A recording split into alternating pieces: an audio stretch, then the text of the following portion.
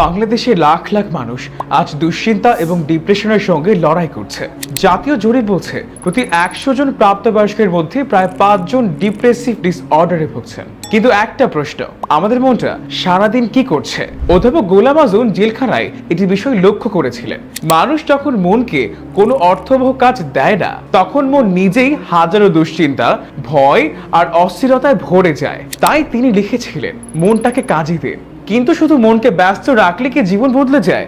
না, মনের সঙ্গে দরকার ঈমান, দরকার নামাজ, দরকার ইসলামকে সঠিকভাবে জানা, দরকার আদর্শ জীবন গঠনের শিক্ষা। আর সেই কারণে শুধু একটি বই নয়, অধ্যাপক গোলাম আযমের 30টি বইয়ের পূর্ণাঙ্গ সেট একজন মুসলিমের জন্য একটি জীবন গঠনের লাইব্রেরি। আজ আমরা মাথা ব্যথা হলে ওষুধ খাই, ঘুম না হলে ওষুধ খাই, দুশ্চিন্তা বাড়লেও অনেকেই ওষুধের দিকে ঝুঁকে।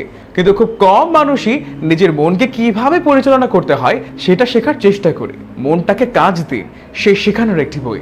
মানুষ আজ শরীরকে সুস্থ রাখার জন্য হাজার হাজার টাকা খরচ করে, কিন্তু নিজের মনকে সুস্থ রাখার জন্য কতগুলো ভালো বই পড়ে। অধ্যাপক গোলাম আযমের 30টি বই শুধু পড়ার জন্য নয়, এইটা একটি মুসলিমের জন্য চিন্তা, ঈমান, চরিত্র ও মানসিকতা গঠনের পাঠশালা।